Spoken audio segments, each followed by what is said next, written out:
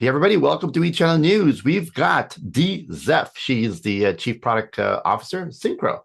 And we're going to be doubling down on, RMM. Everybody knows MSPs, RMM equals, they're always together. And what's going on and how that's evolving. So first of all, welcome, Dee. How are you? I'm doing great, thanks. Good to be here. Thanks for taking time with me today.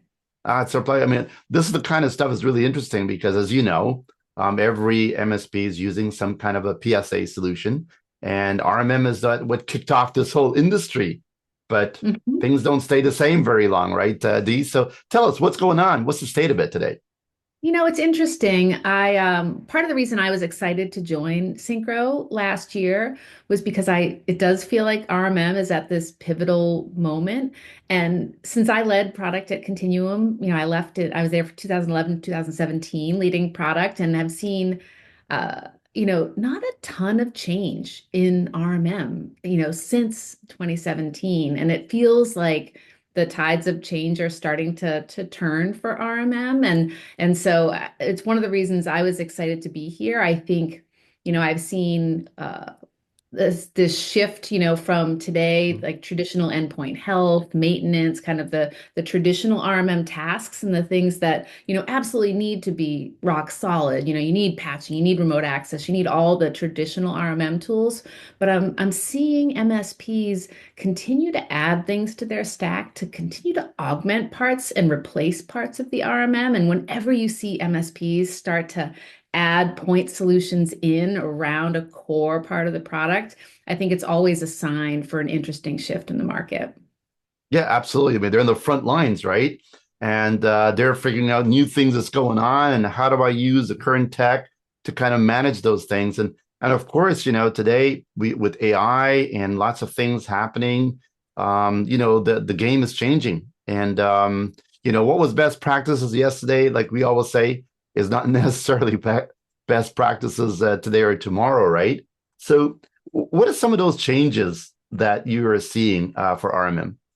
Yeah, no, I think there are a few things that I've seen that are shifting and changing. Certainly AI is driving at least a lot of change in terms of how people are thinking about the future for this and some of the implementation we're working on. I think it's still, especially for the MSP market, in terms of like true agentic AI, it's still very early days. We're seeing Mm, AI in use in a lot of cases to just juice people's productivity, mm. helping them communicate, helping to remediate issues faster. And I think we'll continue to see that accelerate and change, and it will become, just a core part of RMM. I think the technology is going to allow us to have, in many cases, a headless solution, right, to this, Mm. where there's a lot that's just happening behind the scenes. And I think that will be really interesting. The other huge shift I've seen is that it feels like managing infrastructure used to be a lot more around kind of the endpoint and, and a firewall, and now you go, all right, like now we're looking at cloud and identity and like how does this all pull in together, right? If you think about the way that Microsoft has been able to move everyone, into the 365 cloud and there's a whole new set of capabilities that MSPs are forced to deal with and to try to figure out like, how they're managing across all these different stacks. And I think that's another place where I've seen a lot of different people, kind of dipping in and trying to figure out, how do they optimize around this? How do they get the knowledge they need? And how do they have the business conversations they need to have? As always, it's challenging for MSPs to have they're required to have such a breadth of knowledge across so many spaces, and then to try to take that knowledge out of the technical world and into the business world so they can, really articulate why people need certain projects or why it's really important to have certain configurations and, why it's really important to, use, maybe inconvenient things like multi-factor auth, even though it's just so critically important. So, I feel for them. There's a lot happening. Yeah, I mean, even if you just look at talking about, like 1917, right? Would you imagine that in 2025, MSPs would have this much responsibility, compliance, regulations, AI, cybersecurity. I mean, we could just keep going down the list. And now, when they make a mistake in cyber, they get hit, their customers get hit, the lawyers get involved, nobody wins. Right. It's a lot now, isn't it? A lot more responsibility, right, that they have to do. It is a lot more responsibility. And I think the bad actors, like they haven't, they're doubling down, if anything, right? And getting more and more creative with the ways that they're, just wreaking havoc. And then a lot of that does fall to the MSP and making sure that not only do you have all the right protections in place, and then you have all the right things in place to, detect when you have an issue, respond to an issue, report out for compliance and insurance, the list does go on and on for them.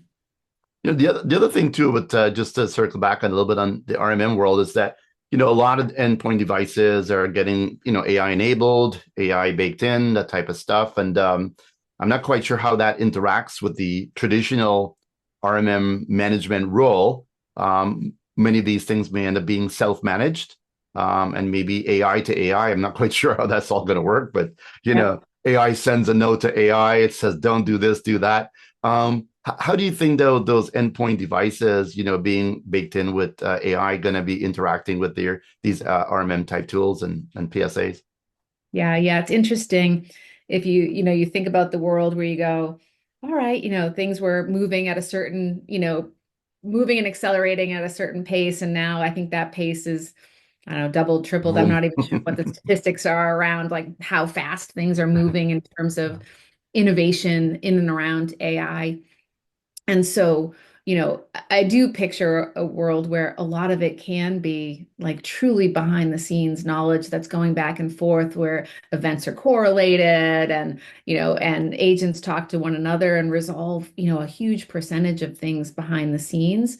That being said, I think there are always going to be a world where like humans need to communicate at least some of this with other humans, right? Whether it's for business purposes, for compliance, for legal reasons, for, all of that. I think the human part of the business becomes more important, even as a lot of the technology will become headless and will actually be able to remediate itself.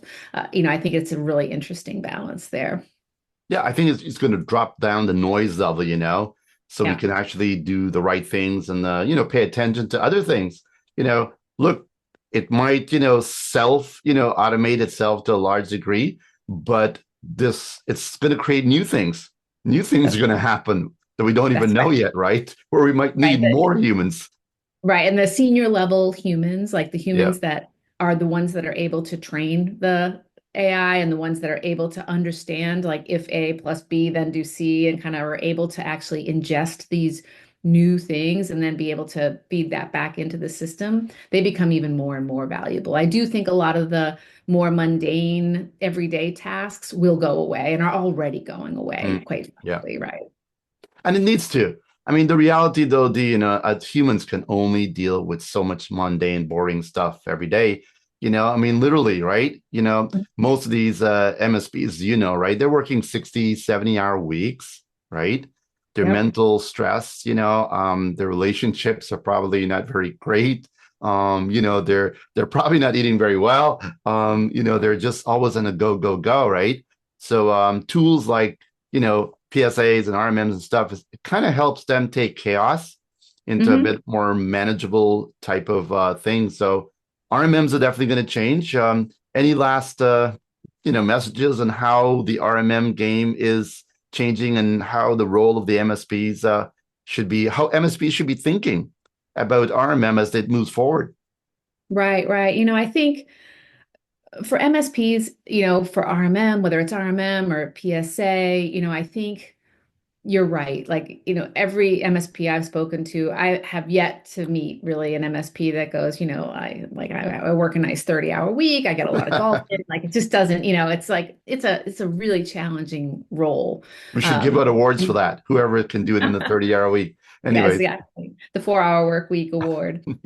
And so I think, you know, I feel like our role as vendors in the industry and partnering up with MSPs and bringing solutions like RMM to market is really that we have to be consistently innovating and staying on top of this. And I think MSPs need to look to folks that are, kind of working with their best interest at heart, that are consistently innovating and looking at like how can we help connect the dots for them, right? It's not technology for technology's sake. It's to solve a specific problem for this group of people. And so, I think as we look to the future where AI plays a more and more important role, where the ecosystem is more and more hybrid and cloud and identity becomes kind of that focal point for so many parts of the ecosystem, and security is Mhm. everywhere, at every step of the journey.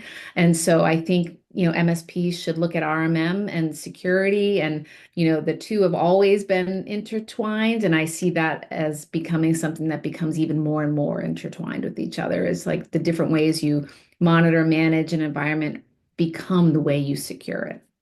Yeah, it's almost like I think you probably agree that today an MSP, if you don't have a cybersecurity first mentality, I don't think that you can even, well, consider yourself an MSP anymore, because, you can't just install anything now, without a cybersecurity, framework. We're digging into even the actual applications, and the code in the applications are vulnerable. And then you've Mhm. got the machine to machine, API to API talking. That is actually the vast majority of the internet traffic these days, right? And identity management is still a problem, right? And all these things in conjunction is what, either makes the customer a great, satisfied, like they haven't been hacked today type thing, or, just blows up in their faces. Um, Right. what are some of the things that you're seeing at the MSP level that you feel they should really be paying close attention to? I don't want to say MSP 3.0 or 4.0, but we're moving into a different type of MSP. What do you Mhm. think they should be focusing on? Right. I mean, I think the MSPs that have a security first mindset and have a security practice that they wrap all of this in, are something that I think other MSPs should look at, right? So whether it's like adopting security frameworks and approaching all your customers with a great, like when you do business with me, like part of this is a managed security service. What does that include? Well, of course it includes RMM. Of course it includes antivirus. Of course it includes, all these other things, but it also includes like me helping you, you know, I don't know, manage to a CIS baseline or manage to your HIPAA standards, or, it helps you, get those discounts on your cyber insurance and make sure that you're fully, compliant. And I think approaching it with that holistic business mindset, that is a security first business mindset, will really help people know where they need to stay to be ahead of the curve and be kind of providing great service, keeping their customers safe, and really just staying out ahead of it. I hope MSPs are listening up, because that's exactly right. I mean, if they don't have that mindset, that comprehensive mindset, let's say, from compliance to what's going on, if you don't get this, your customers, like, they don't even understand cyber insurance. Like, yeah, why should I? How do I get it? And why? How does that work? And Mhm. it's not a box anymore, right? Because I think the insurance company knows that you check a box, but if it's not right, you're not going to get paid. So Right. you got to do this right. Um, so PSA obviously is the framework, the foundation of every MSP. Mhm. Knowing from what obviously a lot of other PSA world and so on. Where is that market headed, and what makes Syncro kind of like a shining star in that area? Right, right. One of the things that I have found to be really powerful, having lived in a world that we had that worked with third-party integrated PSAs, and I'm now working in a world where I have an integrated RMM PSA solution kind of in one. Hmm. The place that I really see Syncro shine and this integrated solution is in the seamless back and forth that's not, just limited to what an open API, call can get you. So things like, having, you know, an alert come in, have that be, analyzed, have it be converted into a ticket, have AI look at that ticket, categorize that ticket, have that ticket routed to the right person, and having that all kind of in one platform gives us a lot of flexibility to really manage to the end-to-end use case for the MSP. And I've worked some in consumer as well as with MSPs, and I think at the end of the day, we're all humans, trying to get things done. And so trying to think about the end-to-end, work that an MSP is trying to do and having that fully integrated platform to enable that to happen in a really seamless way, I think is a really powerful part of the Syncro solution. Yeah, I think where you what if I can, rephrase it, I see it's like you got the Frankenstein version, right? Where it's lots of connectivities that doesn't really, piecing parts together, and then, a really well integrated solution. And I think even that's true now, even today in cybersecurity. It's not having 80 different tools that don't talk to each other. It's simpler, better integrated, better managed, et cetera, is really where the goal is, right? Um, Right. a bit about your journey before we wrap up here, Dee. So tell me, how did you get here? And what's your journey, how you started off? Yeah, sure, sure. So I started early career. I was in engineering, spent a bunch of years testing, writing code, moved into product. And in the early days of internet, I worked on some web services standards and code generation products, which is where I met our CEO, Michael George. I think we've now known each other for about 20 years. And so I went on a journey with him at Continuum. And Mhm. so he was kind of founder of Continuum, and I joined him as employee one. So I was at Continuum, from when it was carved out and kind of founded through 6 years at Continuum. And so really worked on, helping to get just a fantastic, like run of innovation and constant change and a really powerful partner base. And Mhm. so when Michael let me know that he was joining Syncro, we talked about the industry and we talked about what's changing and what's new and where we really felt like there was just some real room for innovation. I got really excited about the prospect of Syncro, of coming into a solution that is already integrated, already easy to Mhm. use, and is kind of this perfect base to Mhm. really take a security first look at the market and then Mhm. also help MSPs to reduce their tech stack, not only just with an integrated PSA RMM, but also in looking at things that are happening in the market around Microsoft with the new licensing that they've come out with, and trying to make it so that's more approachable and easy so that there can be a little less point solutions in the stack. And I think Syncro is in a great place to be able to bring all this to bear. So that's how I ended up here. Amazing journey. It's always fascinates me how, people have kind of evolved in this industry and literally leading it right to where it is today, which is just growing bigger and bigger and bigger and bigger every day. And it's quite interesting when you see people who listen as well, right? Work with the actual community and figure out what they want and how to adjust things and figuring out, where are we going to be, in the future. Yeah. Dee, if I ask you to put your crystal ball together a little bit, right? And where do you think the channel is going to be in the next? I don't want to go too far, you know, 2, 3 years from now. What are some of the things that? What do you think MSP is going to look like, feel like, be like? Yeah. I think in a few years, you'll see a lot more MSPs with a formal security practice, managed security practice. I think you will see fewer level one technicians. I think you'll see more folks in the MSP that are helping to work with AI, helping to, figure out where things need to go. I think there's going to be even more focus from an MSP perspective on customer interactions, on business conversations, on helping to bring some of the technology and knowledge into the business conversation to help make sure that they're justifying value, that they're providing, real safety and security for the business. So, I picture a world where Microsoft still dominates Like I have not seen that change in the next few years. The What else constants, yeah. in my crystal ball? Yeah. Yeah, I mean, look, I mean, it's quite interesting, but I think that the key thing here is it's the evolution, right? We are doing the channel partners are evolving because technologies are evolving, and the one, big elephant in the room is this AI thing that is Yeah. changing it a lot faster than we think, anticipate, can dream of, and therefore, we just got to roll with it now, right? Mhm. And figure out where it's going and help the channel to adjust accordingly. It's really great. It's been a pleasure. I'll leave you with a last word. What do you want folks out there, MSPs, like to know about Syncro? Oh, I would like folks in the channel to know that we are, you know, really dedicated to creating a platform that is simple to use, that really helps folks that work with us to scale.